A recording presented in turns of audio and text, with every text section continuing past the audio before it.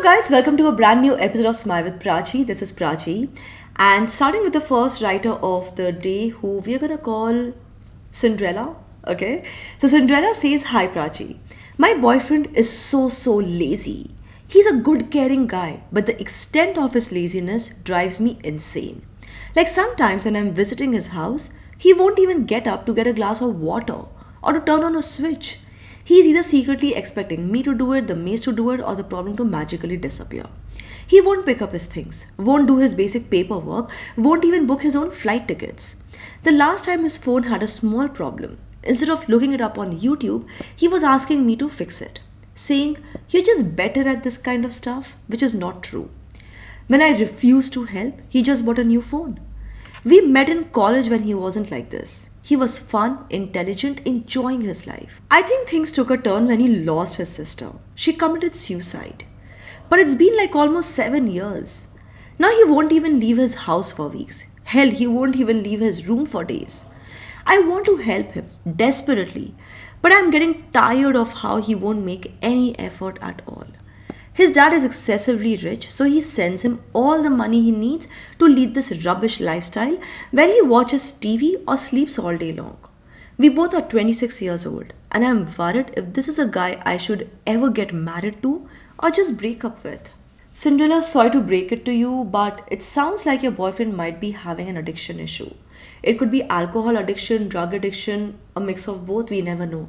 But this sounds like a very classic case of an addiction problem. Let's be honest, this guy is rich, okay? His dad is sending him all the money. I think he lives alone because his dad is sending him the money. He also has a genetic predisposition for mental health illnesses. What do I mean by this? His sister, who I think I'm assuming they were related by blood, his sister committed suicide. Okay, people who commit suicides are people who are struggling with mental health illnesses of their own. Okay, now his sister had that problem. Since they're genetically related, it's also possible that he might be experiencing depression, low self-esteem, mental health issues, anything. Okay, I can't pinpoint a finger, but this is just an assumption I'm making basis what you told me, and it sounds very likely that's happening. And number four, he also had a trigger at a very young age. He was 19 or 20 years old when his sister committed suicide. Now I understand where you're coming from. You think it's been 7 years, he should move on a little bit, not be wallowing in self-pity or feeling bad about it. Here's the thing about death, especially when it's someone who's very close to you, and especially if it's a case of suicide, you never really get over it entirely. A lot of people will even say that the pain never goes away, it just takes a backseat and you kind of learn to live with it. Okay, and again, let me point out, he was very young. The sister committed suicide. He probably even felt guilty in some ways. Has he ever talked about this with you? If he has, or if he wants to talk about it, don't dismiss his feelings. Okay, let him talk. A lot of times, just being able to talk, just having someone listen to you without judgment, without interruption, without trying to help you, without trying to solve your problem, can actually solve a lot of problems. One of the reasons why therapy actually works is because they know how to listen without judgment. Just, when you're hanging out with him, when the time is right, just say, "So, how many years has it been since your sister went away? Do you ever think about her?" Start a conversation. And very importantly, see, right now he's obviously lacking motivation. He's not really interested in doing things. I would not suggest nagging him for doing household chores, especially if he's someone who doesn't enjoy household chores. Okay, because he's not going to be interested. So you probably know what his hobbies are, encourage him for that. One thing that I feel like really helps people who are very demotivated is some physical activity to get them started. A bit of a fitness journey, because he's been like this for a while now. I'm assuming that he's not very fit as well. What you can do is just ask him, if you would want to have a trainer coming to his house 3 to 4 times a week. Say, "You know what, I'll also work out with you." Actually, you can just start working out with him and get a trainer at home, at his home. So he doesn't even have to leave the house. A trainer comes, gets him to do some basic exercises, and maybe that will get him started into some journey of self-help and some motivation.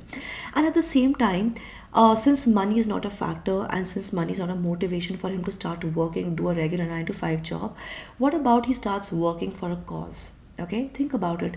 Does he care about animal rights, LGBTQ communities, or because he lost his sister to suicide, so maybe working at a suicide help prevention program, maybe starting a trust, maybe starting a foundation in his sister's name. Think about these options. And of course, I always suggest therapy. Again, since money is not an issue, if you feel like you can encourage him to go for therapy, that can really help. And especially if he has addiction problem, therapy is something that he will really need. Okay. Most important, to answer your question, should you break up with him or marry him? I would suggest don't marry him right now.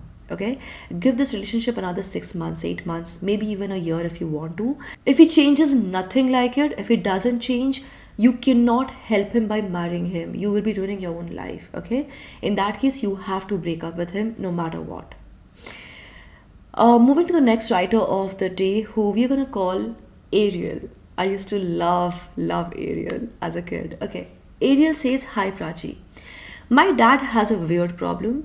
He stares at women shamelessly. I doubt he does anything beyond that, but it makes me super uncomfortable. He will slow down the car even if I'm sitting right next to him to stare hopelessly if there is a half decent looking woman anywhere in sight. It is so cheap and shameless. I'm a 17-year-old girl and I'm afraid to call my female friends home when he's around. I haven't called them home in over 2 years now because I felt he was staring too much at one of my older friends. How do I stop him? He's so disgusting. My mom doesn't seem to notice. Anyways, she's half lost in her own world of alcohol addiction. Different story for another time, maybe." Okay, so I'm just realizing that both the letters today have the addiction issue coming up. I didn't realize that initially. Ariel, here's my suggestion for you. Generally, I give my writers multiple options to choose from. For you, there's only one suggestion that I have. Take this problem head on. Okay? Confront your dad up front. If you can talk to him one on one properly, nothing like it, but I'm doubting that'll be difficult. If you can't do that, just say it in half or a one sentence. Next time you're in the car with your dad and he slows down the car to check out a woman, just say, "Dad, what are you staring at? There's a traffic behind us." You know? Or, "Dad, what are you looking at?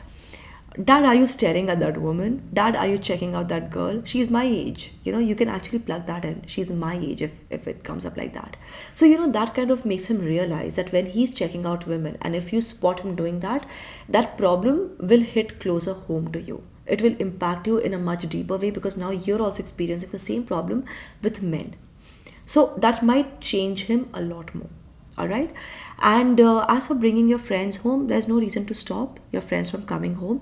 If you don't feel that your dad is going to misbehave or anything, I'm sorry that I'm having to talk like that about your dad, but that's just the nature of what we are discussing here, so I can't help it. If you feel that your dad will not make them uncomfortable or behave badly with your friends, call your friends over. There's no reason to stop your friends from coming over and enjoying your own life, right? When your friends come over, make sure that they stay in your own room, okay? And if at any point you feel that your dad is leeching at one of your friends, staring at her hopelessly, just go up to your dad and say, "Dad, it's kind of more of a private thing with me and my friends, and it's just a girls' night out or a girls' day out or whatever. So, I'll call you later. We'll hang out separately, okay, if you don't mind." Just say that to your dad. So yes, guys, that's all I want to share with my two writers of the day, Cinderella and Ariel.